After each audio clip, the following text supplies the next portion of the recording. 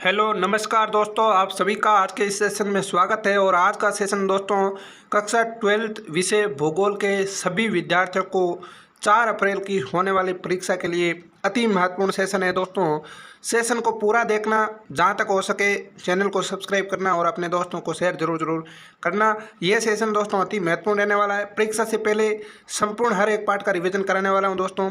शानदार तरीके से आपका रिवीजन होगा, चिंता मत कीजिए, आराम से अपनी सेल्फ स्टडी जारी रखिए, ठीक है ना। हो चुका आगाज रण का, युग बदलने की तैयारी है, जीत उसी की होगी जिसका संघर्ष जारी है, जीत उसी की होगी जिसका संघर्ष जारी है। वह विद्यार्थी जो अंतिम समय तक, अंतिम परीक्षा की सेकंड तक संघर्ष में मग्न है, वह विद्यार्थी अंत में शेर बन करके दहाड़ने वाला है, शेर बन करके दहाड़ने वाला है। इन्हीं शुभकामना के साथ मैं आज के इस सेशन की शुरुआत करने वाला हूं। दोस्तों आपका प्यार प्रेम लगातार बहुत मिल रहा है, मुझे आशा और उम्मीद है लगातार आगे भी इस प्रकार से मिलता रहे। तो दोस्तों शुरुआत करते हैं पहले प्रश्न की। पहला दोस्तों अध्याय है हमारा ये जनसंख्या वितरण, घनत्व, वृद्धि और संगठन। तो इसका हमारा पहला प्रश्न है, 2011 की जनगणना के अनुसार भारत में सर्वाधिक जन घनत्व वाला राज्य है। तो इसका राइट आंसर होगा दोस्तों बिहार। 2011 की जनगणना के अनुसार भारत में सर्वाधिक जन घनत्व वाला राज्य कौन सा है? बिहार है। नेक्स्ट है दूसरा प्रश्न, संपूर्ण देश में प्रथम जनगणना कब संपन्न हुई? संपूर्ण देश में प्रथम जनगणना कब संपन्न हुई? तो इसका दोस्तों राइट आंसर है 1881 में संपूर्ण देश में प्रथम जनसंख्या संपन्न हुई।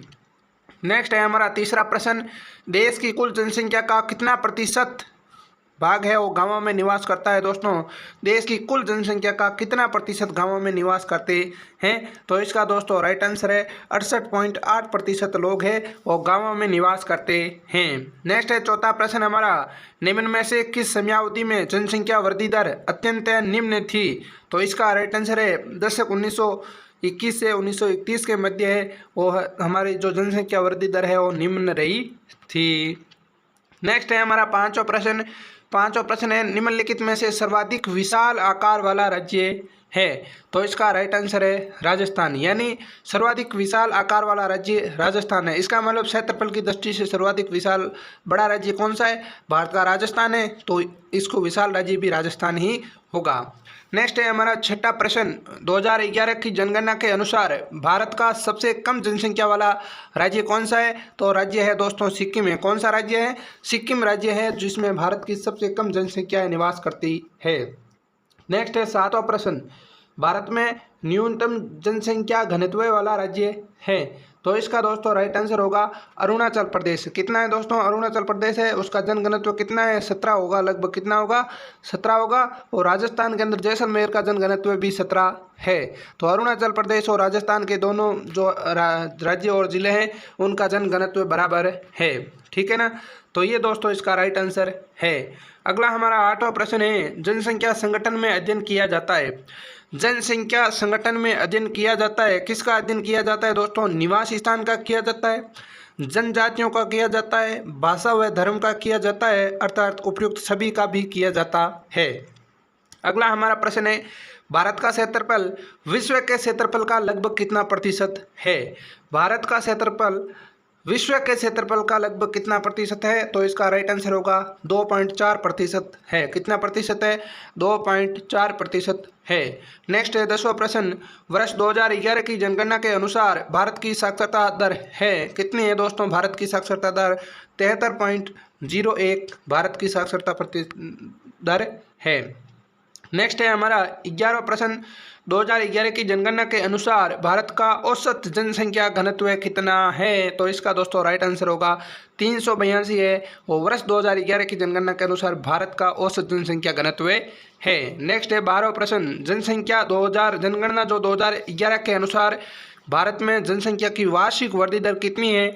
तो इसका राइट आंसर होगा 1.64% है वो जनसंख्या की वार्षिक वृद्धि दर है, ठीक है। नेक्स्ट है 13वां प्रश्न, भारतीय संविधान में कितनी भाषाएं अनुसूचित है? तो इसका दोस्तों राइट आंसर होगा 22 भाषाएं हैं और अनुसूचित है। नेक्स्ट है 14वां प्रश्न, किसी श्रमिक को मुख्य श्रमिक कहलाने हेतु वर्ष में कितने दिन कार्य करना चाहिए? किसी श्रमिक को मुख्य श्रमिक कहलाने हेतु वर्ष में कितने दिन कार्य करना चाहिए? तो इसका राइट आंसर होगा 183 दिन कार्य करना जरूरी है। नेक्स्ट है हमारा 15वां प्रश्न, जनसंख्या संगठन से क्या आशय है? इंपॉर्टेंट प्रश्न है दोस्तों। तो इसका राइट आंसर होगा जनसंख्या के प्रजातिगत, सामाजिक और आर्थिक विशेषताओं को जनसंख्या संगठन कहते हैं। किसको दोस्तों? जनसंख्या की प्रजातिगत, सामाजिक और आर्थिक विशेषताओं को जनसंख्या संगठन कहते हैं। ये भी प्रश्न दोस्तों इंपॉर्टेंट है। अगला हमारा 16वां प्रश्न है, भारत में न्यूनतम जनसंख्या घनत्व वाले केंद्र शासित प्रदेश का नाम लिखे। तो इसका दोस्तों राइट आंसर है अंडमान एवं निकोबार द्वीप समूह। भारत में न्यूनतम जनसंख्या घनत्व वाला केंद्र शासित प्रदेश कौन सा है? तो उसका राइट आंसर है दोस्तों अंडमान एवं निकोबार द्वीप समूह। नेक्स्ट है 17वां प्रश्न, आर्थिक स्तर की दृष्टि से भारत की जनसंख्या को कितने वर्गों में बांटा जा सकता है? तो इसका दोस्तों राइट आंसर है 3 वर्गों में बांटा जा सकता है। पहला वर्ग है मुख्य श्रमिक, दूसरा है सीमांत श्रमिक और तीसरा है अश्रमिक। क्या दोस्तों? तीसरा है अश्रमिक, यानी मुख्य श्रमिक, सीमांत श्रमिक और अश्रमिक। ये है आर्थिक स्तर की दृष्टि से भारत की जनसंख्या को 3 वर्गों में बांटा जा सकता है। ये मुख्य रूप से अपने 3 वर्ग है। नेक्स्ट है 18वां प्रश्न, भारत में राष्ट्रीय युवा नीति कब आरंभ की गई? भारत में राष्ट्रीय युवा नीति कब आरंभ की गई?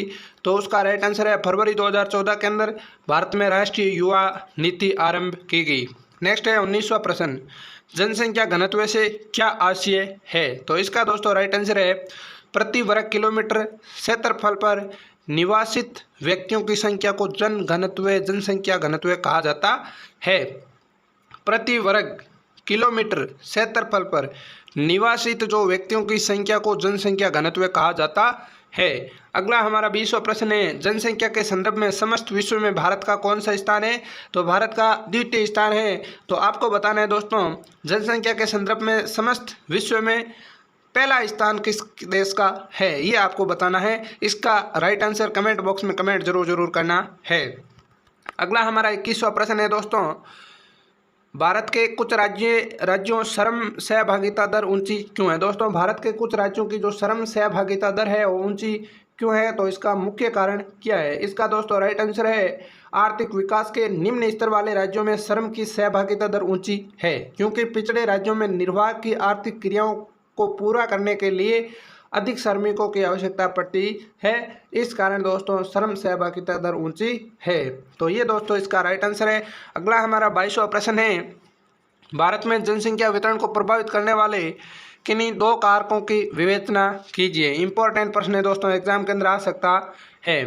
इसका राइट आंसर है भारत में जनसंख्या वितरण को प्रभावित करने वाले अनेक कारकों में जलवायु, धरातलीय स्वरूप, नगरीकरण, कृषि योग्य भूमि की उपलब्धता आदि है। पहला है जलवायु, यानी अनुकूल जलवायु वाले क्षेत्र में जनसंख्या वितरण में सघनता पाई जाती है, जबकि कठोर जलवायु वाले क्षेत्रों में जनसंख्या का विरल वितरण पाया जाता है। जैसे थार का मरुस्थल हो, उच्च पर्वतीय भागों में जनसंख्या घनत्व की कमी होती है। ये इसका राइट आंसर है दोस्तों। एग्जाम की दृष्टि से ये प्रश्न अति महत्वपूर्ण प्रश्न है, एग्जाम के अंदर ये प्रश्न पूछा जा सकता है। अगला हमारा प्रश्न है, जनसंख्या वृद्धि के 2 घटकों को स्पष्ट कीजिए। जनसंख्या वृद्धि के 2 घटकों को स्पष्ट करना है। तो पहला घटक है प्राकृतिक वृद्धि, यानी जनसंख्या की प्राकृतिक वृद्धि दर को अशोधित जन्म दर व मृत्यु दर के शुद्ध अंतर के आधार पर ज्ञात किया जाता है। और दूसरा है अभिप्रेरित वृद्धि, यानी जनसंख्या की अभिप्रेरित वृद्धि एक विशिष्ट क्षेत्र के स्रोतों के अंतर्वर्ती और बहिर्वर्ती संचलन की कुल मात्रा द्वारा ज्ञात किया जाता है। तो ये दोस्तों जनसंख्या वृद्धि के निम्नलिखित 2 मुख्य घटक है।